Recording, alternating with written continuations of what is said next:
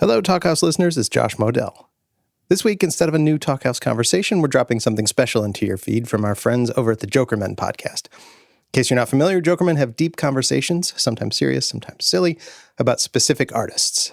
Past seasons have covered Bob Dylan, of course, as well as the Velvet Underground and the Beach Boys. They also occasionally have great conversations with their favorite current artists, including the recent one you're about to hear with Josh Tillman, a.k.a. Father John Misty. I'm borrowing their episode description to tell you that they, quote, discuss creative process, theories of schmaltz, the Beatles, mental health, fatherhood, and breakfast, among other things. If you like what you hear, there's a lot more in the Jokermen archive to enjoy. So check it out, and we'll see you next week with a new episode of the Talkhouse podcast.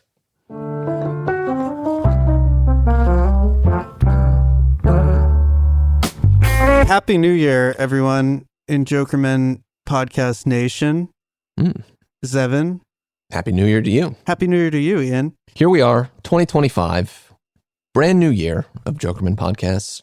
Oh, the sights we'll see over these next 12 months. And we got a great one here today. First main episode of the new year, Josh Tillman in conversation. Close personal collaborator of yours, from what I understand, Evan. Well, I would say the other way around. And I did have a very special opportunity throughout the process of the album Mahashmashana to be privy to its kind of a lot of it, how it came to be, a lot of the songs as they were being developed, and eventually wrote what ended up being included as a little bit of text that goes along with the record.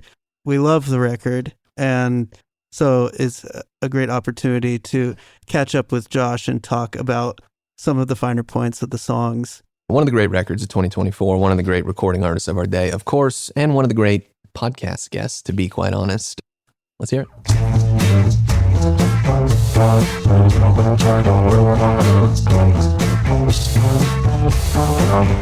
Welcome back, everyone. Welcome back to Jokermen Podcast. Today, not really a podcast about anything in particular except our guest, who is going to talk about whatever comes up with us, I suppose. This is me, Evan, and of course, Ian is here. Present. And our guest is Josh Tillman. So we are not doing, this is not part 1 of 3 on Veed and Fleece? It could be. Do you want it to be? I see you're in your Philosopher's Stone t-shirt right now, Evan. Yeah. Ridiculous. Yeah. We can just pause and listen to the album and come back. Fair play to you. Favorite 80s van record, Josh? Put you on the spot. How about that? 80s one? Yeah.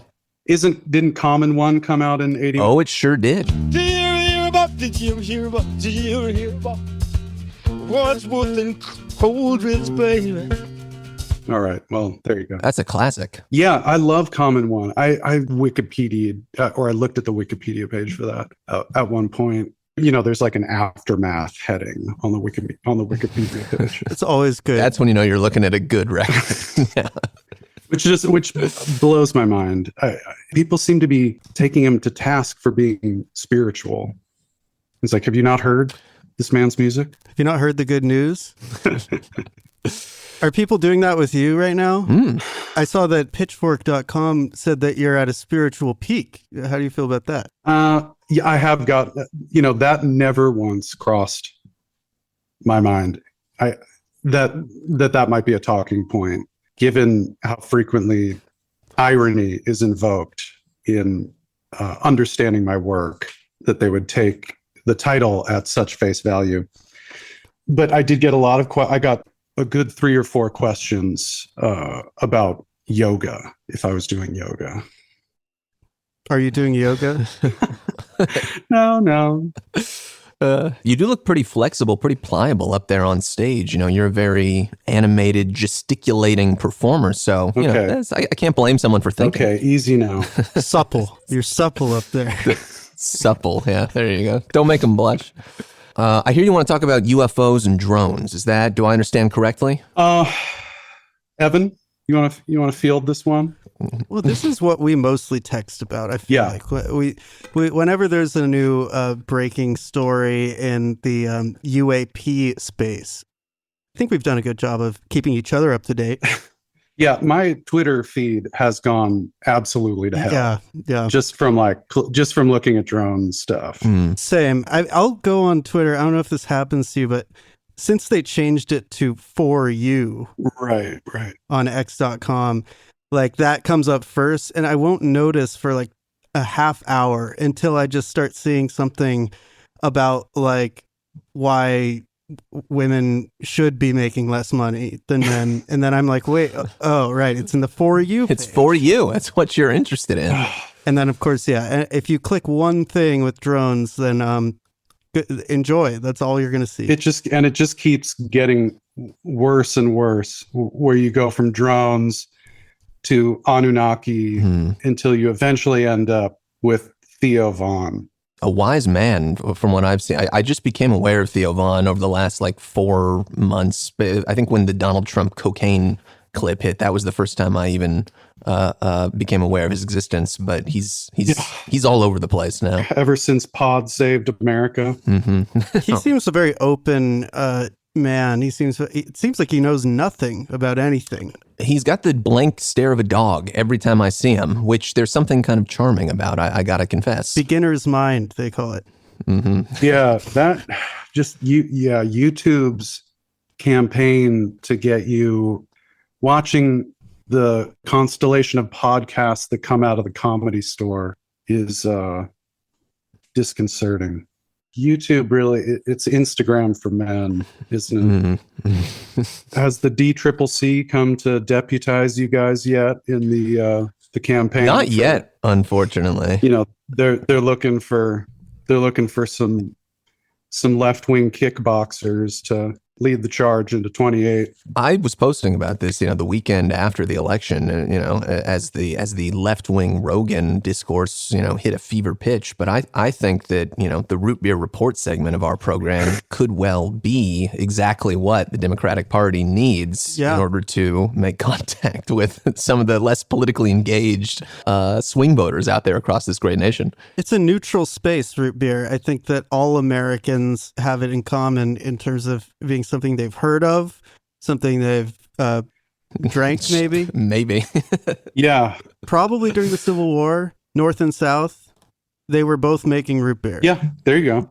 I mean, everyone's emboldened by hindsight, to autopsy how it all went down. And I do wonder if the podcast explanation is going to make it into like future history books. But podcast, it really is sort of becoming like the essence of the culture. That's where we are. We're right there in the middle.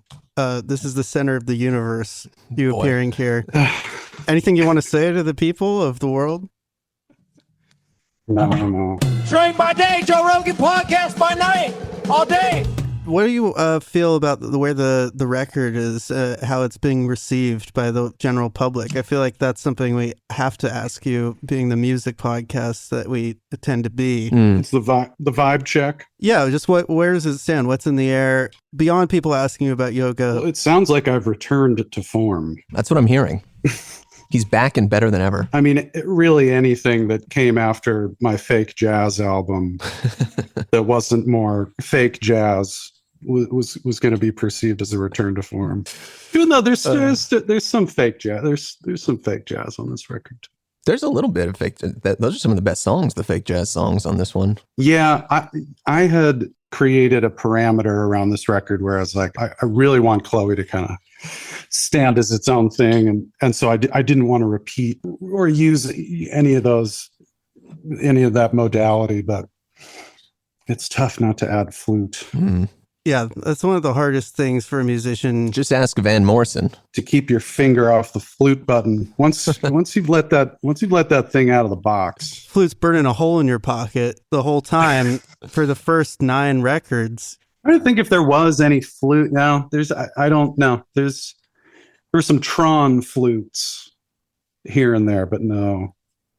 Not the same. You did have a quote going around at one point, I think, from one of the interviews that you delivered on this cycle, as they call it in the industry. But I forget what it was verbatim. But you said something like, I'll make more albums in the future, but Mahash Bashana will always be my last album. And I think some areas of the culture pulled some of that out of context and ran with it. What can you elaborate on that to the extent that you want to? Or I mean, I think it has a lot of the signifiers of a last album. There's some callbacks to the first, some pretty overt callbacks to the first record, and then it also, we kind of used the whole toolbox on this thing, you know. I think I was just trying to survive an interview. Fair enough. I was like, once I get to 3,000 words, I can hang up. But yeah, I mean, it is sort of preoccupied with endings. So I thought, it would be a shame if I just keep languishing on for 5 or 6 more albums after this clearly fitting adieu. So is that your plan? No, I'm actually, I mean, now is kind of the most, this period where you're right in the blast site of a record coming out, and it seems to be well received, and you've got some tailwinds and just a few fragments that you're kicking around. There's just endless directions you can go, and those are kind of fun. Like, am I going to make a country record? Am I going to make an alien rock opera? So the future is bright. I listened to a P.T. Anderson interview actually one time where he said that the day after he raps on something, he starts writing the next thing, because there's just kind of all this momentum. Sense of new, like kind of a weight being shrugged off the shoulders, I would imagine. Yeah. I mean, it kind of reminds me a little bit of, I think I kind of get another at-bat in the way that I, after Honey Bear, I kind of had a blank check. And I think I have a little bit of like auteur brain sickness, where the most obvious path forward, or the way to use all this credit, was to make something just jam-packed with all my best and worst impulses. And I'm actually trying to be mindful of that this time around. Like, because when I say rock opera, I'm not entirely kidding. I mean, my instinct is I guess to zag. And I don't want to do that just for the sake of doing that.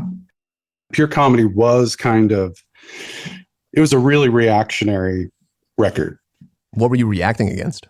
If memory serves, when the record came out, it was sort of one cultural landscape. And about 6 months later, the landscape had changed dramatically. And I felt like I was sort of in the center of this like satanic panic that was going down.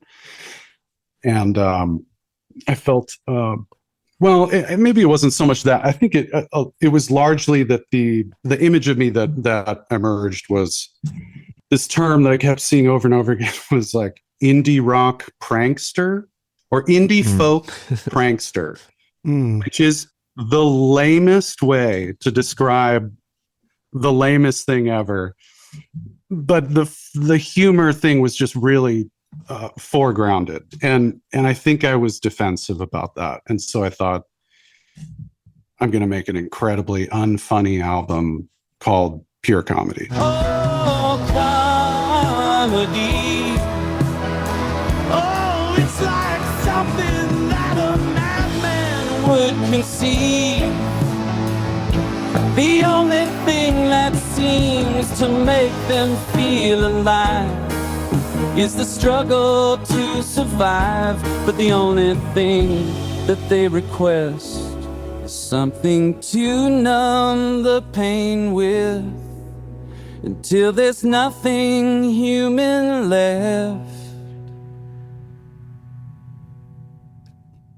And it's going to be unlistenable. Well, it's going to be a freaking slog. You failed at that. I think people like it. Our buddy Stephen Hayden, I think that's his number one Father John Misty record. So we got a couple fans on that one.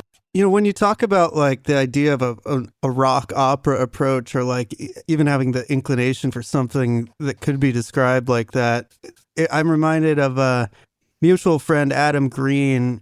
He's often talking about like his idea of total art, of this sort of all-consuming, multifaceted, multidimensional art form, where you see it in his films, and of it, which you're in one actually. Yeah, no, I wasn't in Aladdin or The Wrong Ferrari, but he made that Total Entertainment Forever video. Yeah, and your having worked with him does come to mind because he's, I think, another artist who has definitely gone into a kind of all-consuming theatricality.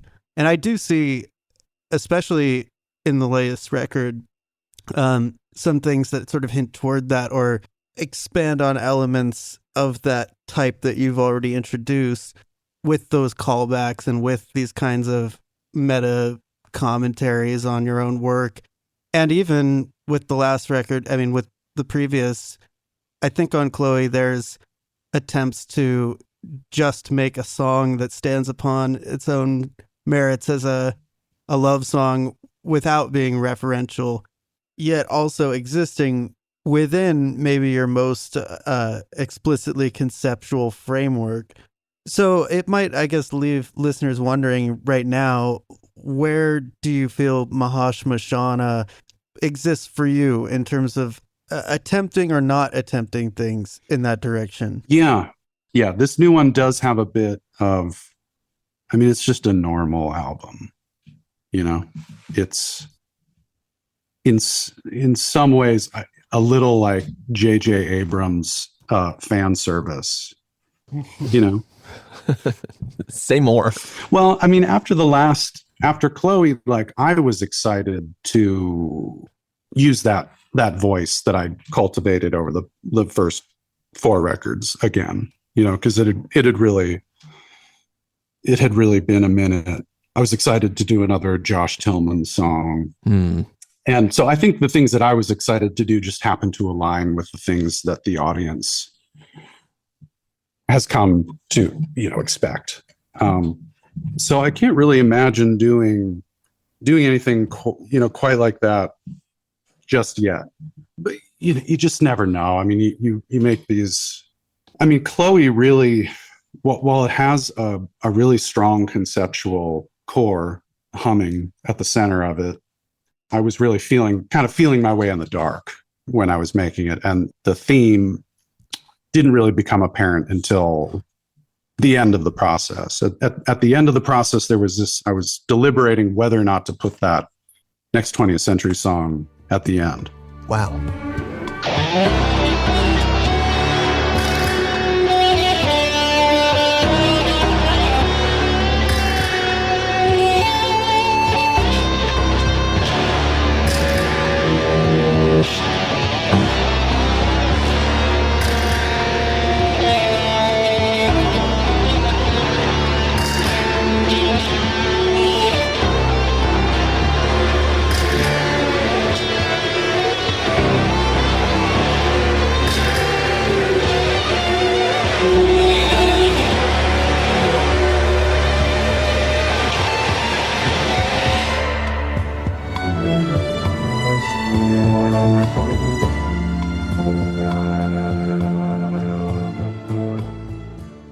I remember before I started that album, I was listening to a lot of normal music and kind of browbeating and going like, why can't I just make a normal song? I just want to make normal songs. And I felt like I had really accomplished that. And I didn't want to grad school it up by sticking this thing at the end. And it really was like the last evening of mixing where we just put it up on the board. And the second it came on, it was just like, oh yeah, this is the one.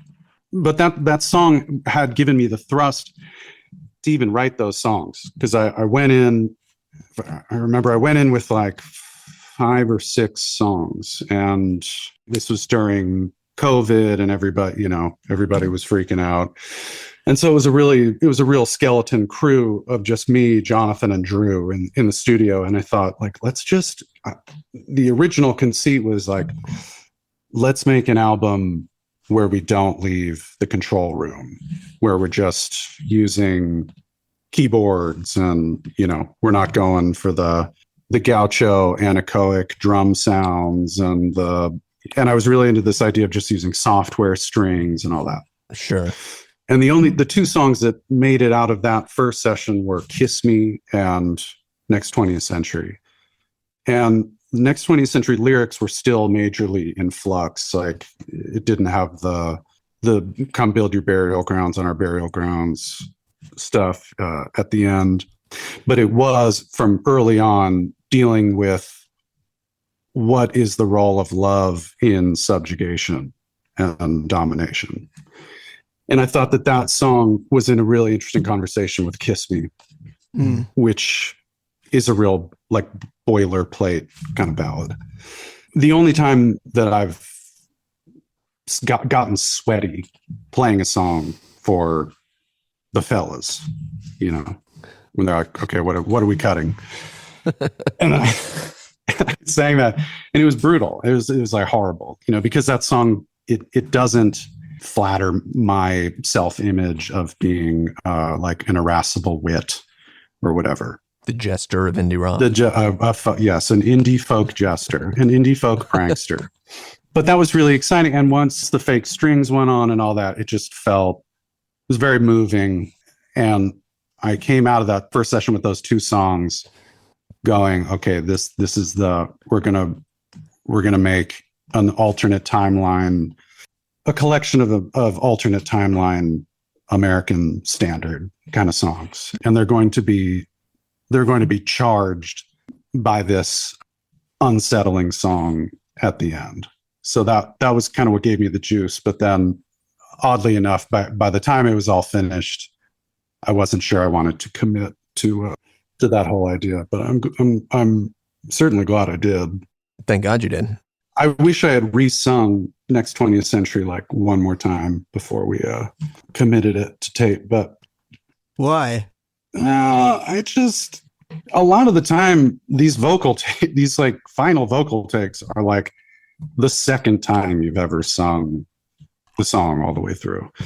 And after having sung it live 100 times now, I really feel like I've got the delivery down the way it should be. It's a little butter soft on the record, I think. Mm-hmm. But Evan, you read that book of Scott Walker criticism that I did. Yeah. I can't remember what it was called, but there's this amazing section where he's making a defense for schmaltz. Yeah. He's talking about surface, how what's so unsettling about schmaltz is that it's all surface. It's just miles and miles of opaque surface. And what makes it so unsettling is that you have no idea what's underneath. And that was what emerged as the premise of the whole record, is that the 20th century, all this culture was underwritten by violence that the world had never seen before, mechanized destruction. And yet the sound that was emitting from the planet was just, I love you, I love you, I love you.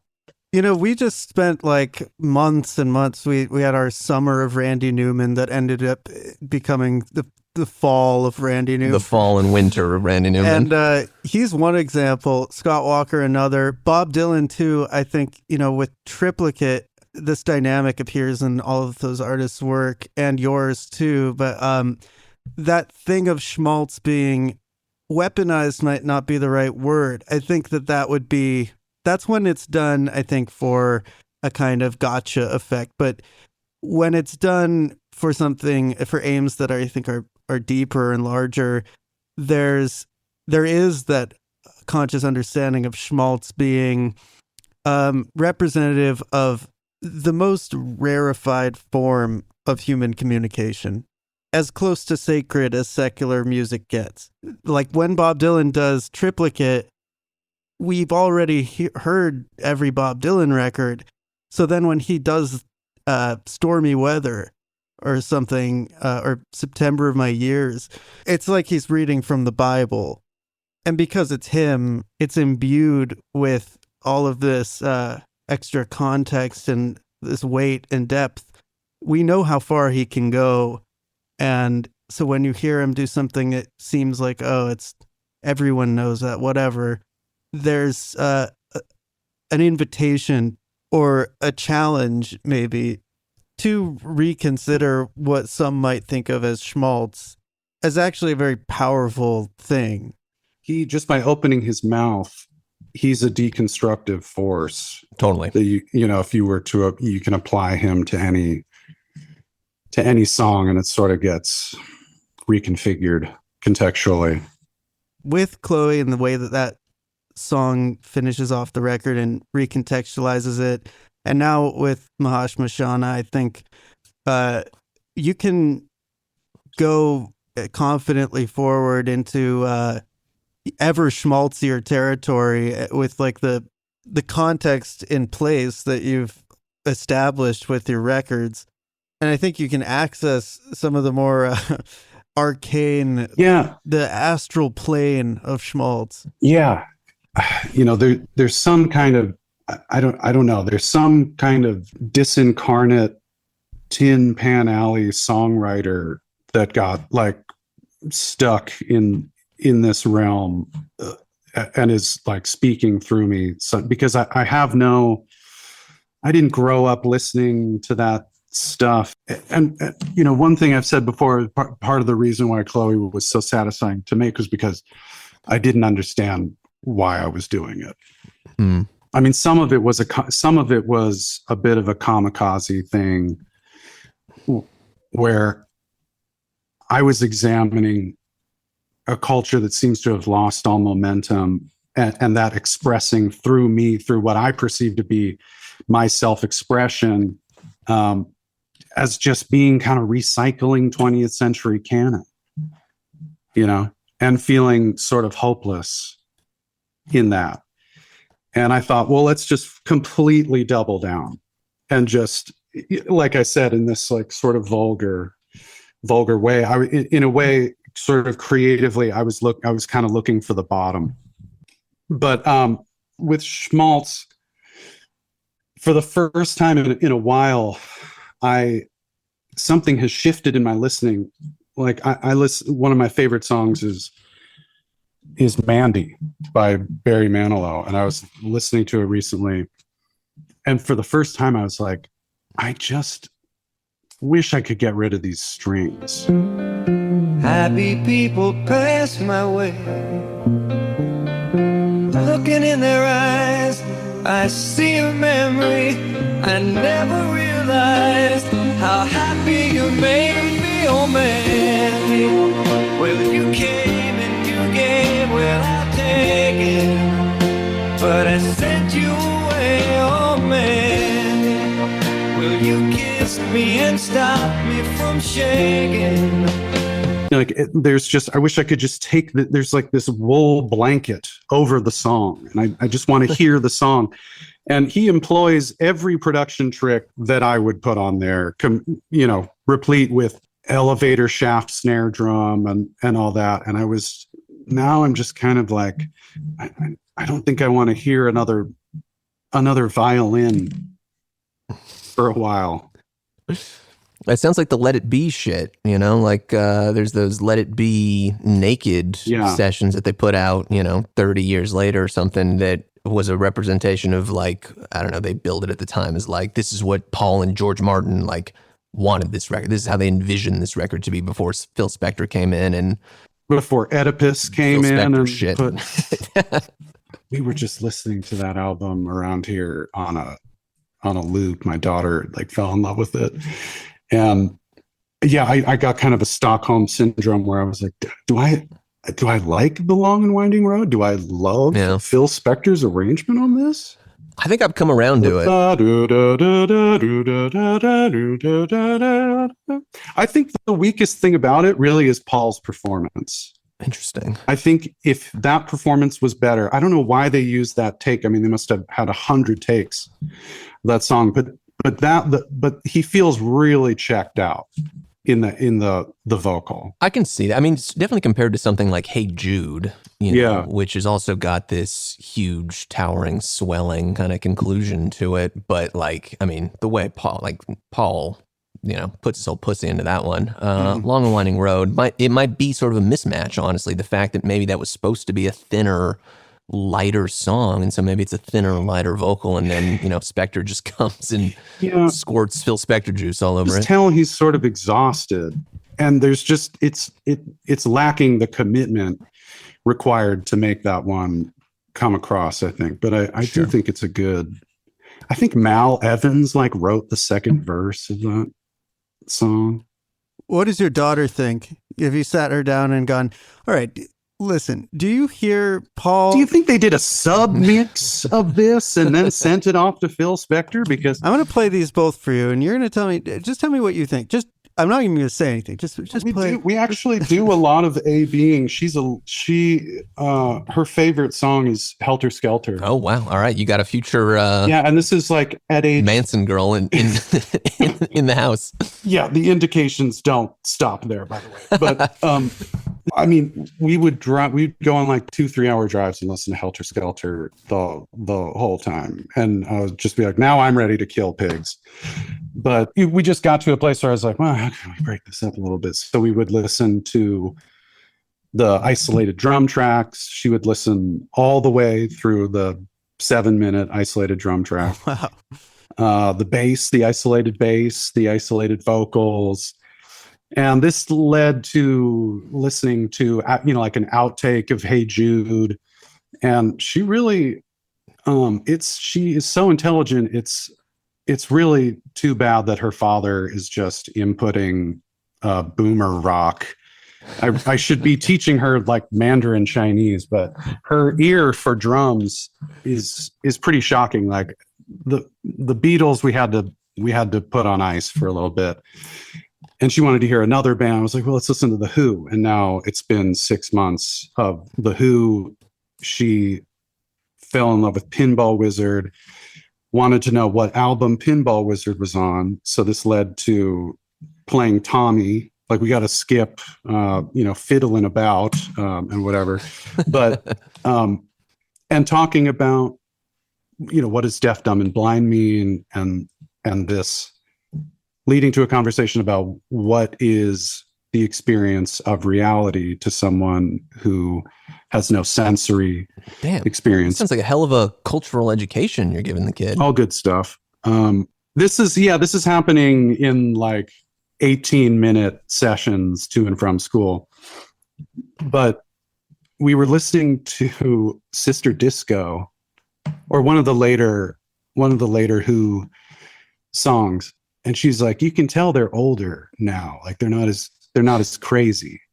He's like, yeah, they are older. And she says, Keith is playing more like Ringo. Wow. She said, and used the word restraint. Whoa. Wow. She's 5, Goodbye, Sister Disco, with your flashing trash lamps. Goodbye, Sister Disco, and to your clubs and your tramps. And she said he's playing like Ringo, but one level more crazy.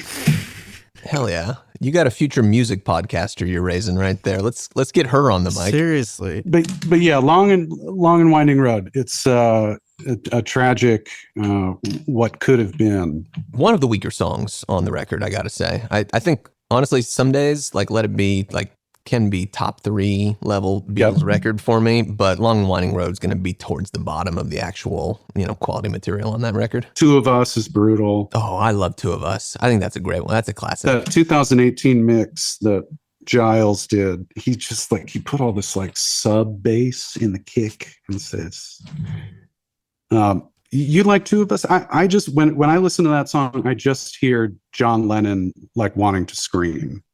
Yeah, I see what you mean. I kind of look past that, and I do buy, because I mean, especially knowing like this is the end of the, like, I think they know it's the end of the road by the time they're making that record, right? Right. Like they can see the end coming already. The end kind of has already come, in fact, in many ways. And so Two of Us to me is kind of like it's almost like, in a movie when there's like a breakup, but then they like have sex one more time just for that, just one for the road, one more time. Oh, That's kind of what I see Two of Us as, like one last kind of pure Lennon McCartney light little, friendship number. where they're having breakup sex. Even if, obviously it was very much not where Lennon's head was at going into the 70s. There are so many. I mean, if there was 50 hours, if they put out 50 hours of that movie, you'd have to you could put a feeding tube in me and just aluminum foil out the windows, and I'd live a happy life. Oh. Yeah, those were like some of the best hours of. I just love when these next 8 hours are spoken for. Like I'm set for however long this thing goes. Yeah, there's one little conversation about Two of Us where they're talking about it not having any bass, and John's like, he's like, or Paul's making a defense for the song not having bass. He's like, oh yeah, we did that once before. He's like, oh, it's on I'm looking through you. And it's just so wild to see those guys referencing. I mean, not to mention Paul covering Strawberry Fields Forever on the piano. That might be my favorite recording of music of all time. Is Wow. Paul McCartney plaintively sneakily just covering Strawberry Fields Forever over in the corner, like something. And you get this sense that this is something that he's played at the house hundreds of times just for his own enjoyment, but John's never heard it. And he's just kind of doing it for the cameras a little bit. It's just such an incredible stolen moment. And somebody AI'd the whole version. I think they only had half of it recorded or something. And there's some YouTube video with the whole tune. That's how you're getting to Theo Von on YouTube. You're listening to the AI versions of Strawberry Fields. I forgot about Theo Von. Oh my God. If your listeners have not checked out Theo Von, we'll put a link below. Well, let me take you down, 'cause I'm going Strawberry Fields.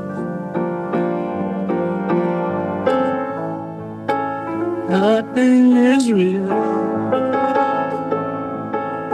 Nothing to Strawberry Fields. Now let's record it all this afternoon now. On the note of this might be a dead end conversation before we even get started. Have you happened to see a certain major motion picture released by Searchlight Pictures about Columbia recording artist Bob Dylan recently, or do you have plans to see it if you haven't? Great Unknown. Complete. Complete Unknown.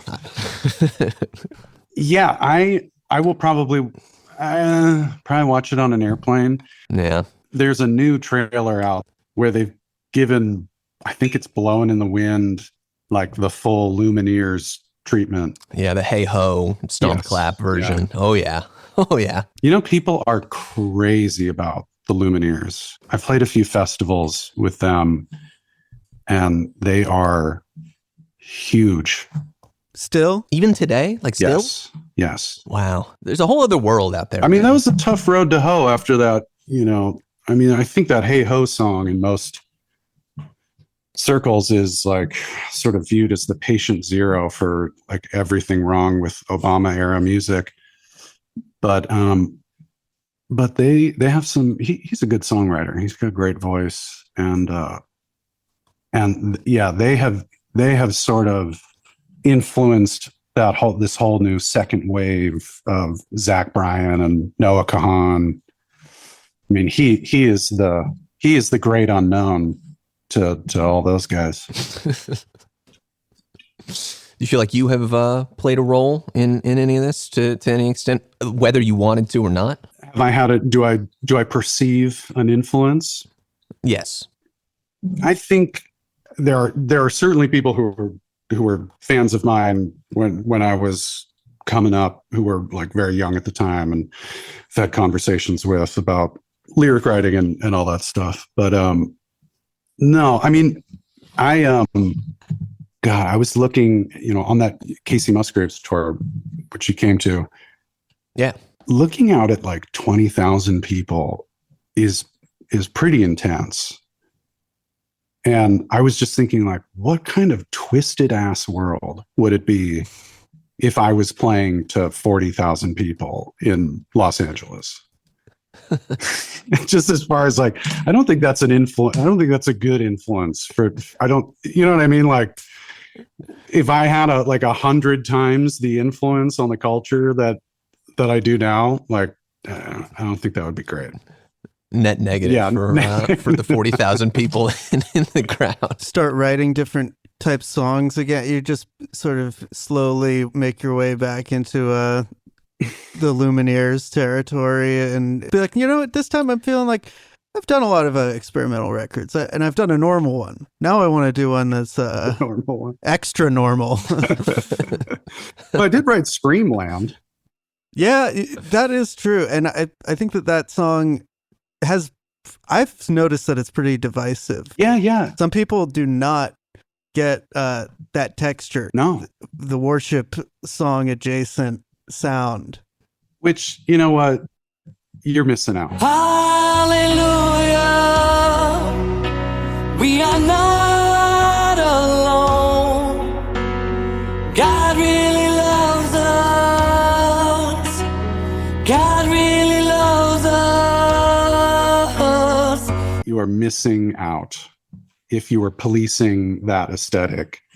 I love that kind of thing. I mean, the biggest problem I had with it was the lyrics of the chorus. And it took a long time to finesse the verse lyrics in such a way where I felt like I had a little latitude to dumb out on the chorus.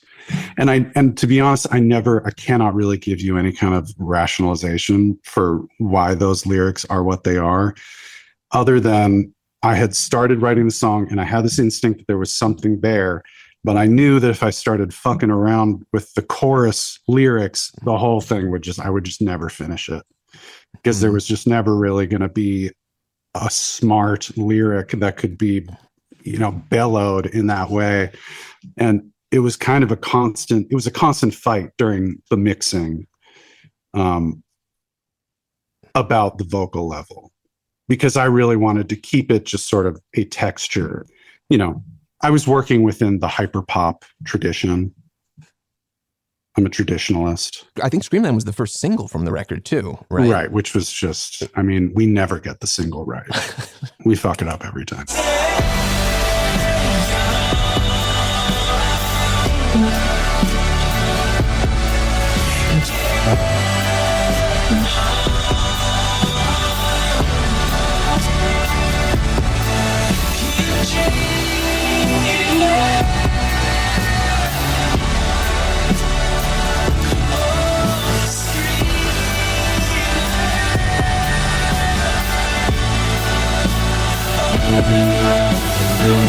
Was that okay? So you kind of knew going into it, like, let's just fucking put this one out there and see what happens. It was the first time. Generally speaking, the single is whatever the shortest one is. That's just that's really all we can do on that front. But it did just sort of, to me, it just sort of screamed single. It was like, this is the one. And I can't, it was just, looking at it, yeah. If I put myself in the minds of like someone other than myself, I realized what a just completely bewildering choice that was. I like how it contrasts with how the album actually sounds when it starts. I think it's like a nice little bit of misdirection. Yeah. And it doesn't even sound like anything else on the record. Yeah. At all. Yeah. It does have a certain weight to it that I think is like a hint about what the record really is going for, even if it doesn't have the same approach as most of the other stuff. The weight of the record, though, the real heaviest thing on it, to me, is this sort of slightest thing on it is the closer. I do feel like Summer's Gone, which sounds most like out of anything that it maybe like it could have been on the previous album on Chloe. That last bit of the album, especially the last lines. Well, the first time I heard it, I really was emotionally overtaken by it because there's so much piss and vinegar on the track preceding it. And the last line of the record, I think, is like this huge pivot, this tiny pivot that makes a huge difference.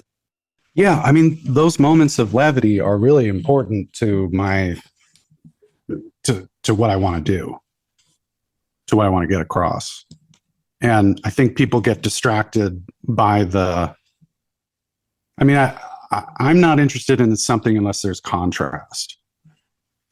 And whether that's contrast between a particularly acidic lyric and a sort of schmaltzy arrangement, or upending what appears to be the theme of a song or an album with the last line, which is something that I did kind of ad nauseum on Pure Comedy. I just want there to be balance. And what a heavy lift those last few lines perform, I think is pretty miraculous. Like I said, an album preoccupied with endings. That last line about my daughter,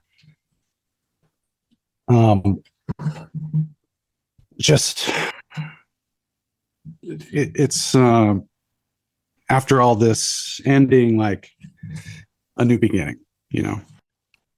I wonder if people even maybe I needed to put a finer point on that or something. I figured the skinning your knee kind of made it pretty obvious that it was about a child.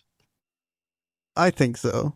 But I mean, you've kept it, your family and private life pretty close to the vest, especially in the last few years. But that bit of openness at the end of the record, even if it's a little bit oblique, I think that does feel like a new territory for you. And I wondered about where that came for you. Like how aware of that inclusion and that idea were you during the process of making the record, that it would lead up to a moment like that? Well, it was kind of in real time. When I was writing that song, I was just sort of in the sway of the theme, the themes that seem to be coming up: time, aging, insanity, all that, and just kind of figured I was writing another one of those. That was actually like the second or third song that was written for the record, and it just occurred to me, like, by the end of having written the second verse, I was just like, what the fuck am I talking about? Like I have this responsibility to this little person. Like, there's no time for this sort of like wallowing, I'm not going anywhere. So that line, it had to be written, it had to be acknowledged. And I think the defiance that came up in mental health. There's a bit, that Magic Child, Run Baby Run Baby Run, I had the verses and then I had that outro part. I didn't have a chorus. And so Drew and I had sort of demoed a bit of it, but it was just like really obviously lacking like a chorus and like I wasn't quite sure where I was going with the theme, other than like rejecting the notion of identity as some fixed structure that can be tweaked to optimal performance through drugs or therapy, or a materialist understanding of the self. And we went and played the first show of the Chloe tour, which is like a festival in Indianapolis. And it was the first time I'd been gone for a while, and I was trapped in one of these hermetically sealed DoubleTree hotel rooms on the 14th floor in downtown Indianapolis, just kind of feeling nuts. The glamour of showbiz. And yeah, and I remember like I remember pulling back the bed sheet and going, mental health, and tucking myself into bed. No one knows you like yourself. And then just having like a lunatic episode of laughter. And that, that sort of brought the whole tune together. But the Run Baby Run thing always had this real charge to it. And I mean, I think aside from that really that the ideas in that song really hit the closest to home when you're thinking about, what do I want for my kids? Like, what kind of experience do I want for them? And like, looking around at what's on offer or what passes as sanity, just thinking like, I hope this isn't it.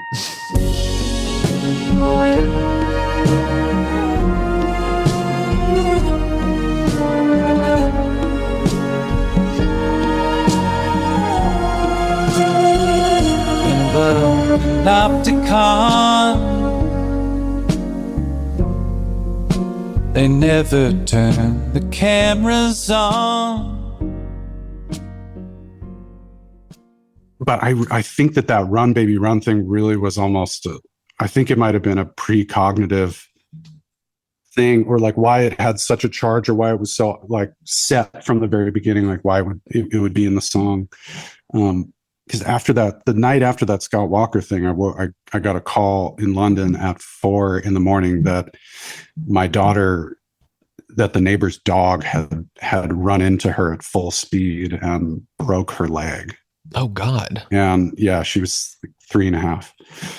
Jesus. And so I like got on the next flight and flew to Stanford. And that line, every time that line comes back around now, it's so intense. Just looking at her, completely, in like a full, like half a body cast. I mean, it was just so heartbreaking. And such you're just like you just cannot wait for them to be free again, and just being so worried that they're not going to be the same after, and all that. And that really charged that lyric for me, and charges the it's like the most important aspect of the song.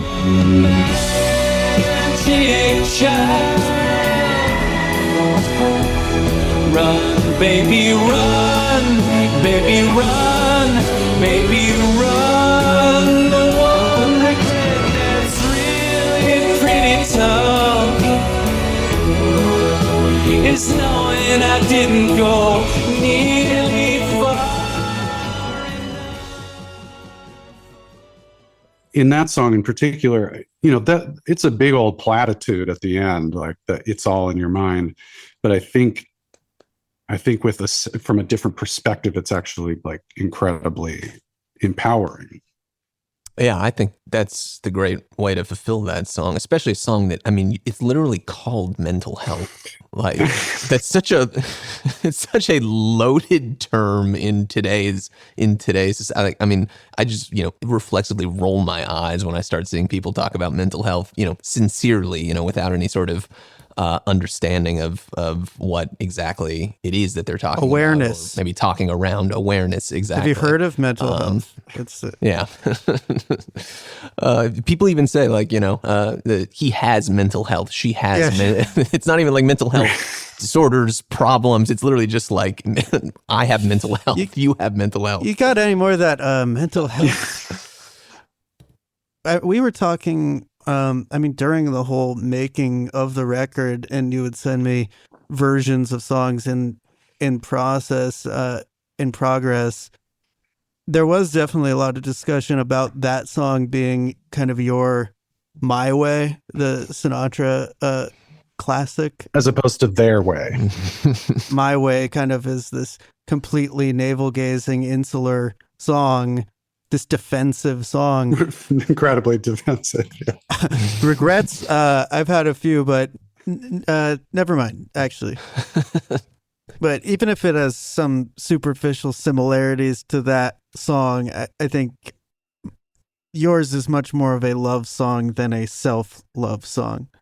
Yeah, the self kind of keeps popping up throughout the record. Kind of a yearning for the no self. And just like, in that song, I'm just kind of poking these notions of, where do I, quote unquote, I even exist? Mm-hmm. I exist as this like really low resolution avatar of a few predictable kind of traits in the minds of other people. And then in my own mind, it's just some complete ego distortion that likely, bears no resemblance to the naked reality of what I or we are. And I just kind of kept like, I didn't have to pull that. What was funny is I didn't have to pull that thread very hard, because our notions of the self, like, they really don't tolerate too much examination before they just become completely abstracted. And then on the other side of it, when you have kids and then you see these traits like completely replicated in, passed down to another version of you. And so, and listening to the drum track, the isolated drum tracks from Helter Skelter. Yeah, you just produced another a little helper to be like, oh, now what do you think of these drums? Daughter John Misty. Yeah. Yeah, but that one, we're just getting gaslit by capitalism. The thinking that, these pathologies are a result of some kind of individual problem and not systemic of a megastructure that is uniquely apt at producing lonely, maladapted people. It's not us, it's you. Amen, brother. And I've seen people, people with my shit, they love to say like, well, it doesn't exactly offer any solutions, but I think it's like, well, they're certainly not the solutions you're looking for.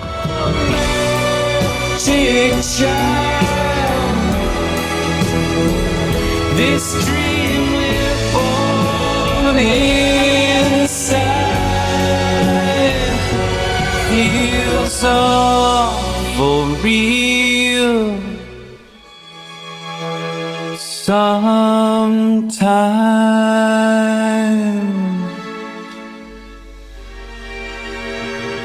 but it's all in your mind.